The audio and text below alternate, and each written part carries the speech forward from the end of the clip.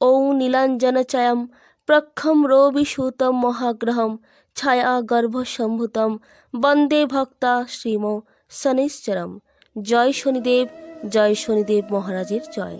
বন্ধুরা, আজ শনিবার। আজ পাপুণ্যের দেবতা শনি মহারাজের আরাধনা করবেন। সপ্তাহের প্রত্যেক দিনই কোনো না কোনো দেবদেবীর আরাধ্য দিন থাকে। এই শনিবার শনি মহারাজকে পূজা করবেন। আপনারা আজকের দিনে অন্তত একবার শনি পূজার ব্রতকথাটি যদি ভক্তিভরে শ্রবণ করেন, তাহলে আপনার জীবনের সকল প্রকার দুঃখ দুর্দশা দূর করবেন স্বয়ং ন্যায়াধীশ শনিদেব। যাদের শনির সাড়ে বা শনির ধাইয়া এই ধরনের দশা চলছে, তাদেরও দুর্দশা লাঘব হয় এই ব্রতকথাটি শ্রবণ করার মাধ্যমে। এছাড়াও শনিদেবের কুনজরের প্রভাব ও সর্বপ্রকার গ্রহদোষ দূর হয় এই ব্রতকথা শ্রবণে। তাই বন্ধুরা, প্রতি শনিবার কিছু করুন আর নাই করুন, একবারের জন্য এই ব্রতকথাটি অবশ্যই শ্রবণ করবেন। শুরু করছি শনিদেবের ব্রতকথা। শ্রীহরি নামেতে এক ছিল যে ব্রাহ্মণ, নিত্য ভিক্ষা করি উদর পূরণ, দিবারাত্র কৃষ্ণ নাম জপে অকপটে, অন্তরে সদাই সুখী অন্ন নাহি পেটে। হেনকালে তার এক পুত্র জন্মিল, পুত্রমুখ দেখি দ্বিজ বিবাদে ভাসিল। ভিক্ষা করি দ্বিজ সেবা পুত্র রক্ষা করে, সুমঙ্গল বলি নাম রাখিল পুত্রে। অত্যন্ত মেধাবী পুত্র সবে গুণ গায়, অল্পদিন মধ্যে শিশু শিখে সমুদয়। শাস্ত্র আলোচনা করি শাস্ত্রজ্ঞ হইল, পণ্ডিত বলিয়া তারে সকলে জানিল। মনে মনে সুমঙ্গল হরিকে ডাকিল, গৃহ ছাড়ি নানা তীর্থে ঘুরিতে লাগিল। আচম্বিতে এক স্থানে করিল শ্রবণ, পিতা মাতা পরলোকে করেছে গমন। শুনি তাহা গয়াধামে করিয়া গমন, বিষ্ণু পাদ পদ্মে শিশু করিল অর্পণ। কালবশে ঘটে যাহা কে করে খণ্ডন, শনির দৃষ্টিতে পড়ে দ্বিজের নন্দন।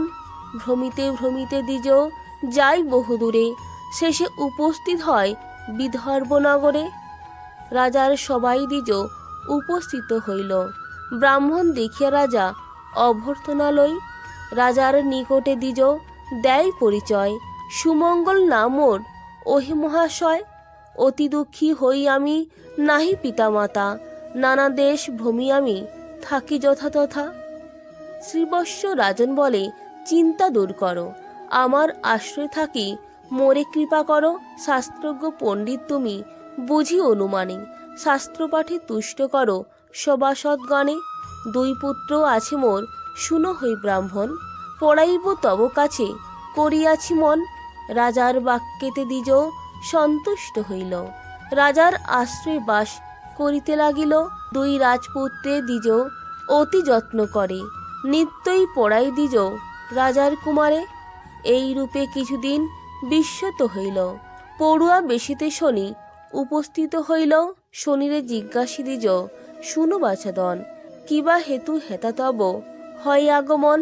শনি বলে হেন শাস্ত্র অধ্যয়ন তরে, দ্বিজ বলে যত করি পড়াবো তোমারে। অল্পদিন মধ্যে শুনি সুপণ্ডিত হইল, সুমঙ্গল পরিচয় জানিতে চাহিল। শনি বলে পরিচয় কিবা দিব আর, শনেশ্বর নাম মোর সূর্যের কুমার। সুমঙ্গল বলে যদি দেখা দিলে মোরে, কিসে দুঃখ দূরে যাবে বলো হে আমারে। আমার উপরে আছে তোমারও কটাক্ষ, কিসে যাবে বলো প্রভু হইয়া সপক্ষ। শনি বলে ভোগকাল 6 মাস আছে, 10 দণ্ড মধ্যে যাবে না আসিবে কাছে। সপ্তমী দিবসে গিয়া ভগীরথী তীরে, একান্ত মনেতে দ্বিজ ভজ মুরারিরে। এত বলি শনিদেব অন্তর্ধান হইল, সুমঙ্গল আর তার দেখা না পাইল। শনি আজ্ঞা মত দ্বিজ গিয়া গঙ্গা তীরে, নারায়ণে ভজে দ্বিজ একান্ত অন্তরে। 10 দণ্ড পূর্ণ হইল মনেতে বিচারি, উঠি দাঁড়াইল দ্বিজ বলিয়া শ্রীহরি। কিন্তু 10 দণ্ড পূর্ণ না হয়, তখন তার পূর্বে চলে আসে আপন ভবন। তাহা দেখি শনিদেব কৃপিত হইল, দুই রাজপুত্রে শনি হরণ করিল। পুনমায়া বলে দুই শিশু মুন্ড গড়ি, দ্বিজের নিকটে শনি যান তাড়াতাড়ি। হেতা দ্বিজ চক্ষু বুঝি শ্রী হরিরে স্মরে, মুন্ড দুটি ফেলে তার উরুর উপরে। হেতা নিদ্রা যোগে রাজা দুঃস্বপ্ন দেখিল, পাত্র মিত্র গঙ্গা তীরে গেল। দেখিয়া দ্বিজের কোলে পুত্র মুন্ডদয়, হাহাকার করি রাজা ধুলায় লুটায়। রাজা দেশে দূতগণ বাঁধে ব্রণেরে, শৃঙ্খলে বন্ধন করি রাখে কারাগারে। কারাগারে বসি দ্বিজ কাঁদিতে লাগিল, বিপদ হস্তা মধুসূদনে স্মরিতে লাগিল। অতঃপর ঘটে এক বিচিত্র ঘটন, 10 দণ্ড বেলা পূর্ণ হইল যখন।